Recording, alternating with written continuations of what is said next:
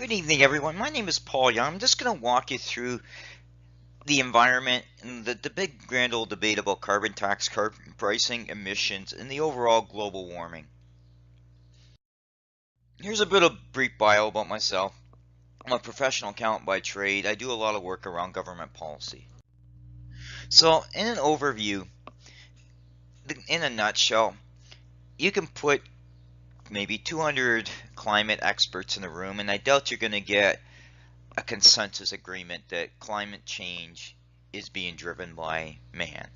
Now, a couple things I want to bear in mind here to say here that the liberal spin is that the carbon tax is neutral. It's not neutral, and it never has been. BC has had the carbon tax for many years, and it's been proven that it's not carbon neutral. The second point is the carbon tax and the GDP. We have seen numbers that'll shave about $10 billion off of GDP. What the liberals will spin it as is they'll basically say, we need to grow the economy and protect the environment. There's some substance to that statement, but there's also a fallacy to that. The economy itself is always kind of takes different aspects of it because businesses are always looking at their sustainable model. Therefore, they make changes because of how they want to grow their business. So to mandate them to do more doesn't necessarily mean that you're going to support a growing economy. If anything, it's going to impact and influence those businesses. So I'm going to give you a few looks at different views from air pollution, air quality, land management, water, and all that. So you're going to see statements like $36 billion in air pollution costs. I don't know where this number comes from. If anything, it's probably a little bit on the heavy side in terms of those costs. I'd like to see a complete analysis on that, but there's probably a ton of assumptions going in that. Now, the other thing that you need to look at in terms of things, you can't just assume it's air pollution driven. You also have to look at people's life. Do they smoke cigarettes? How do they eat? Do they exercise? So there's other aspects that go into to making sort of an assessment on premature deaths. Here's a good example. I've highlighted India, Mexico, and China because these are three countries that do not have a carbon tax. And look at the air pollution there. So they've got a lot of coal fire in them. They also haven't probably improved their emission control systems on vehicles. So that, look at Toronto now. Now, the fallacy is with Toronto is that from the carbon tax itself, basically we removed the coal burning. Well, there's no clear indication just by the coal moving that the smog days have been reduced. The bottom line is that vehicle emissions have improved over the years. That's led to a lot of the drop in the smog days. If you look at Los Angeles for itself, Los Angeles basically has a lot of smog, and California has a carbon tax, and yet you're seeing smog days like no tomorrow in Los Angeles. I pulled the air quality index out quickly to let you know. If you look at Saudi Arabia, Qatar, Kuwait, they're all part of OPEC. They're oil producing countries, and look at their air quality. Look at the best countries in the world in terms of air quality. Finland, Australia, Fiji, Micronesia, and Sweden. Australia is interesting because they generate a lot of their power through coal, so it shows you a lot of things. They've got a pretty good system. And Canada's ranked 7th in the world, so we have very stringent air quality policies, both in Canada and the US, which completely get ignored by the Liberals. Paris Climate Accord is similar to Kyoto. It's kind of forcing countries to act on what they call as climate change.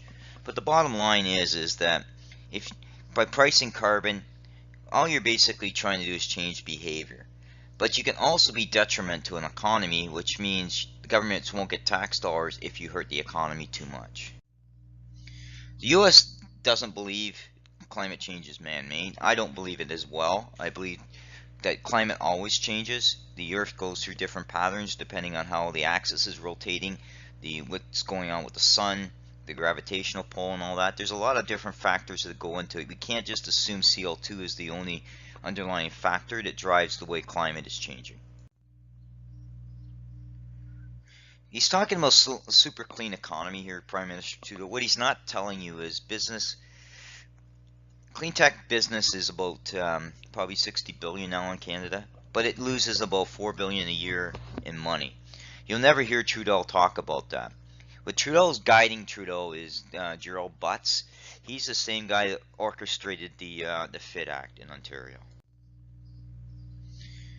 Now, here's the thing that you need to bear in mind when you talk about air quality. You're talking about dirty coal being used, deforestation. You're talking about poor environmental regulations. So the good countries have strong environmental controls, and some of the poor countries don't. Look at India here for water pollution. You know, then so not really pollution. This is Indian air pollution. Now, in order to support clean technology, you need rare earth metals. You'll see here what a mine leaves behind, and you'll never hear the Suzuki's of the world talk about this. UN in India. Both of these countries are going through huge growth in their middle class. Therefore, the electrical grid stuff, they're burning a lot of coal. Canada imposing carbon tax or pricing when we're only 2% of the global emissions doesn't do anything for countries like India and China. So that's something that no matter how much we tax here, it's not going to change the behavior in India or China. I'm a believer in land and water management in terms of rules and regulations to ensure we do that. Canada has some of the toughest water and land management policies in the world. If you'll notice here, Canada's got some of the top 5 in the world for fresh water. China's had a lot of issues with contamination of water. This kind of gives you an idea with the water management risk in terms of Nova Scotia policies. This is a good idea that I picked on Lebanon, just to give you an idea what's happening in terms of their recycling and landfill site. McKinnon keeps pushing the carbon tax, but it doesn't do any good if other countries in the world don't fix their recycling or waste management policies. Look at water treatment. I pulled this for significant reasons. A lot of cities have old sewer systems. That sewage is getting dumped into the ecosystem, the water systems, especially Quebec City, Montreal, and Vancouver. Unfortunately, Ms. McKenna doesn't say much about that. 2 reasons, because Vancouver is a heavy voting bloc for Liberals, the same with Quebec. Urban sprawl, left unchecked, is a problem. So if you rip up natural areas like wetlands, land that absorb water, then you're actually causing issues when you have heavy rains or floods. You cannot say that global warming is triggering all these hurricanes. If so, then why would people be building near coastal areas? Banks wouldn't give that money if they felt that those areas are going to be underwater. These are other things that you're never going to hear discussed. Arable land, I just wanted to show you in terms of countries. Canada's in the top 7 of that. Same with the US, number 1. Taxing pollution. She doesn't call it CO2 anymore. She calls it taxing pollution. She's starting to blame forest fires on global warming, yet she never mentions that the forest management budgets have been slashed across the provinces. So I'm all for debate on policy, but I don't like the smokescreen that the Liberals constantly do, especially McKenna, when she tries to use these type of events to champion or virtual signal calling her policies. If you look at this, Canada's 25th in the world, okay, on environmental ranking.